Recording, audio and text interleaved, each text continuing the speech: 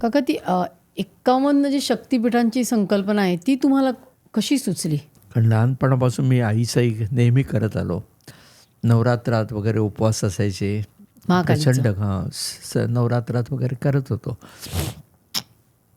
आणि मला एक गोष्ट सातत्याने जाणवली की आईचं माझ्यावर भरपूर प्रेम आहे. याचं कारण सांगतो. काही वेळेला गिरनारवर असताना काही जण मला उद्विग्नता आणतात, हे करतात, कुठेतरी मन दुखावतं आणि मन रडू लागलं की काय होतं त्याची अनुभूती तिकडे व्हायली. काही जणांनी ते उलटसुलट हे केलं आहे आणि आम्ही गिरनार पर्वत उतरत होतो. तिकडे महाकालीचं एक देऊळ आहे आणि समोर छान छोटीशी महाकालीची मूर्ती आहे. मी बराच वेळा त्या मूर्तीच्या समोर बसतो, वार्तालाप करतो आईशी. तिथे मी बसलो आहे आणि माझ्या डोळे भरलेले होते आणि मागून ही मंडळी आली. काही 7-8 जणं होती. आली आणि मी माझ्या डोळ्यात पाणी होतं आणि ते बघतात त्या मूर्तीच्या डोळ्यातूनही पाणी टिपकत होतं.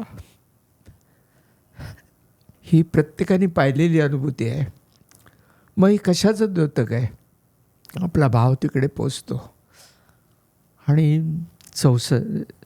51 शक्तिपीठांचं म्हणजे ते शक्तिस्थानच आहे. आणि बऱ्याच कालावधीमध्ये माझ्या डोक्यामध्ये अखंड भारताचंही स्वप्न आहे आणि त्याच्या जोडीला आपली सगळी शक्तिस्थानं आपल्याकडे असली पाहिजे असं प्रामाणिकपणे वाटतं.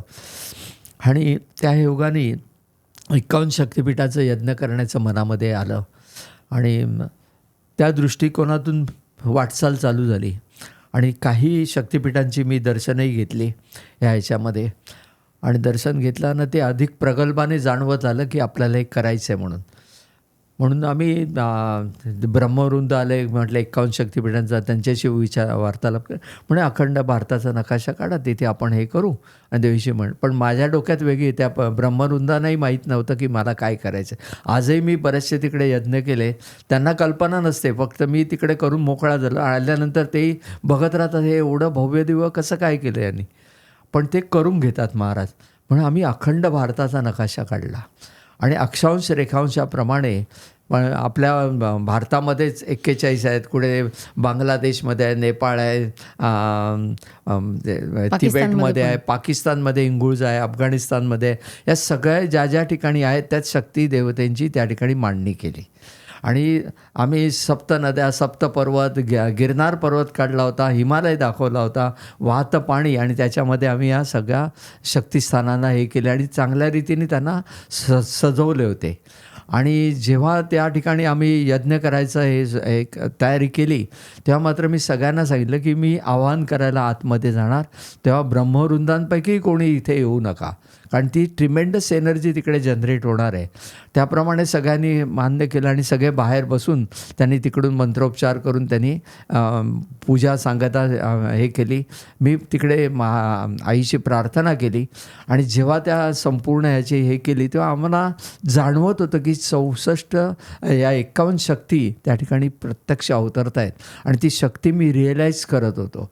आणि त्याचं द्योतक म्हणजे काय, नंतर जेव्हा ड्रोन कॅमेरा घेऊन सर्वकडे शूटिंग चाललं होतं, शिवमंदिरात केलं, बाहेर केलं, आणि जेव्हा तो ड्रोन आतमध्ये घेऊन आले आणि त्याचं हे शूटिंग करायचं होतं त्यांना, पण तो ड्रोन आतमध्ये उडेच ना. त्यांना वाटलं काहीतरी खराब झालं असेल, बाहेर येऊन पाहतात बाहेर उडतो आहे, आतमध्ये ड्रोन काय चालत नाही. म्हणजे ही ट्रिमेंडस एनर्जी तिकडे जनरेट झालेली होती आणि त्याच्यामुळे ड्रोनसुद्धा आत काम करत नव्हता आणि एक भव्य दिव्य असा कार्यक्रम त्या ठिकाणी होऊन गेला. हे आपल्या चौलच्या मंदिरात, चौलच्या मंदिरात पुढे यज्ञमंडप आहे. या चौलचं मंदिर झालं 2016 साली आणि त्याच्यानंतर तिकडे 2 अतिरुद्र झालेत. दर महिन्याचे तिकडे यज्ञ होत आहेत आणि दर महिन्यामध्ये होणारे यज्ञ आमचा वैयक्तिक संकल्प नाही, देश, धर्म आणि संस्कृतीसाठी. आणि ह्या ठिकाणी विविध प्रकारचे म्हणजे 12 ज्योतिर्लिंग झालं, स्वातंत्र्य, देशाच्या स्वातंत्र्यासाठी ज्यांनी हे केले, स्वातंत्र्य सूर्य, क्रांती सूर्य, असे वेगवेगळे यज्ञ त्या ठिकाणी आम्ही घेतलेले आहेत आणि त्या मंदिराची जी एनर्जी आहे, व्हायब्रेशन्स आहेत, ते पूर्ण वेगळी आहे.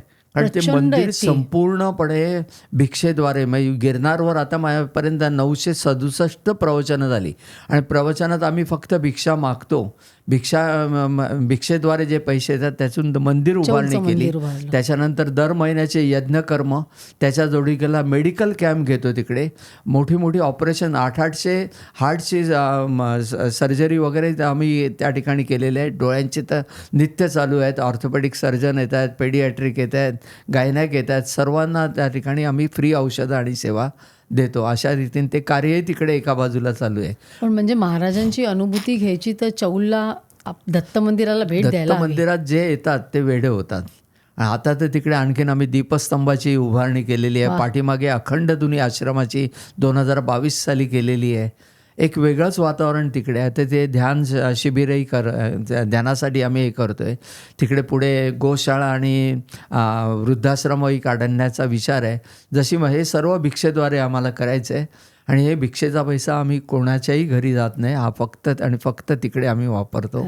हां, पण आम्ही बघतही नाही काय चाललंय, पण लोक त्या ठिकाणी नियोजन करतात आणि चालत आहेत. मोठे मोठे तज्ज्ञ डॉक्टर्स येऊन त्या ठिकाणी सेवा देतात. खूपच छान. ही क्लिप शेवटपर्यंत बघितल्याबद्दल खूप खूप धन्यवाद. संपूर्ण एपिसोड बघण्यासाठी खाली दिलेल्या लिंकवर क्लिक करा आणि सर्व काही चॅनलला सबस्क्राईब करायला विसरू नका.